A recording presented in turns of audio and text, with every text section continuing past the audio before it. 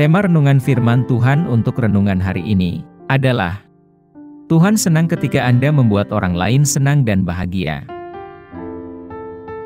Ayat Alkitab yang kita baca sesuai bacaan Sabda Bina Umat GPIB hari ini adalah dari Roma 15 ayat 1 sampai ayat 6 yang berbunyi sebagai berikut.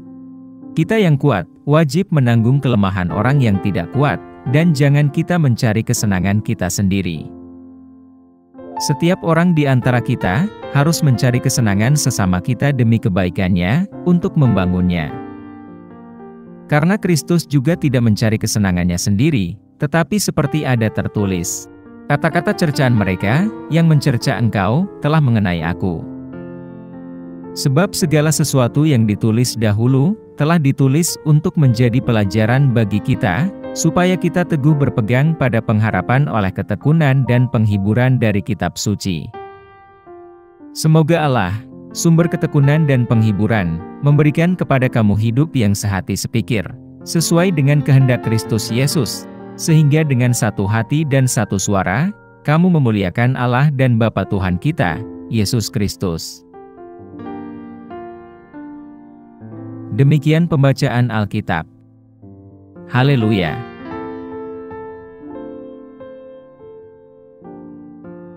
Saudara-saudari buah hati Allah, hari ini kita akan merenungkan satu bagian dari Alkitab, yaitu dari Roma 15 ayat 1 sampai ayat 6. Ketika Roma 15, 1-6 ditulis, kemungkinan besar pada pertengahan hingga akhir tahun 50-an Masehi, komunitas Kristen di Roma sedang bergulat dengan berbagai permasalahan, khususnya seputar masalah iman dan kebiasaan yang dipraktekkan.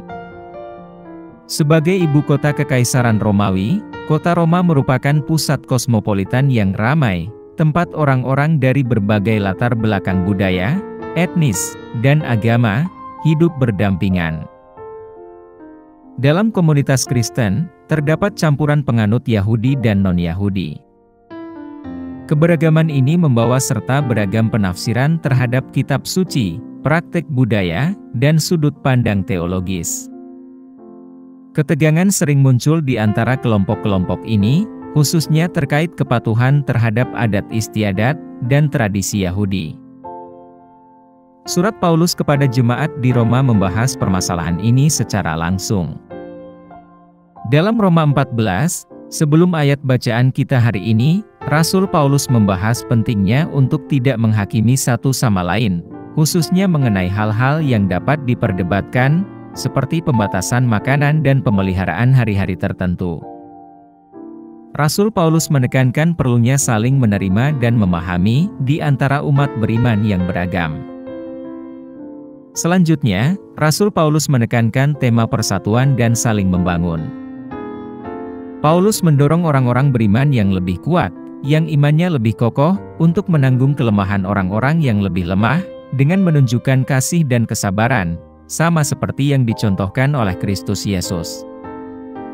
Paulus mengambil contoh teladan Tuhan Yesus, yang tanpa pamrih menanggung beban orang lain, sebagai teladan bagi orang-orang percaya, untuk diikuti dalam hubungan mereka satu sama lain. Selain itu, Paulus menggarisbawahi pentingnya kitab suci dalam memberikan bimbingan dan dorongan kepada orang percaya.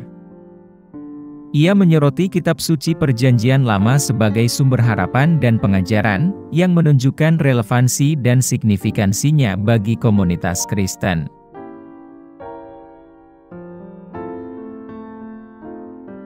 Apa pesan Tuhan untuk kita yang hidup di masa kini?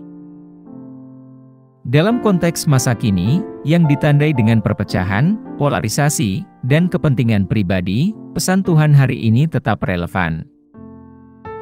Kita hidup di dunia di mana kebahagiaan seringkali dikejar dengan mengorbankan orang lain, di mana individualisme dan egoisme merajalela.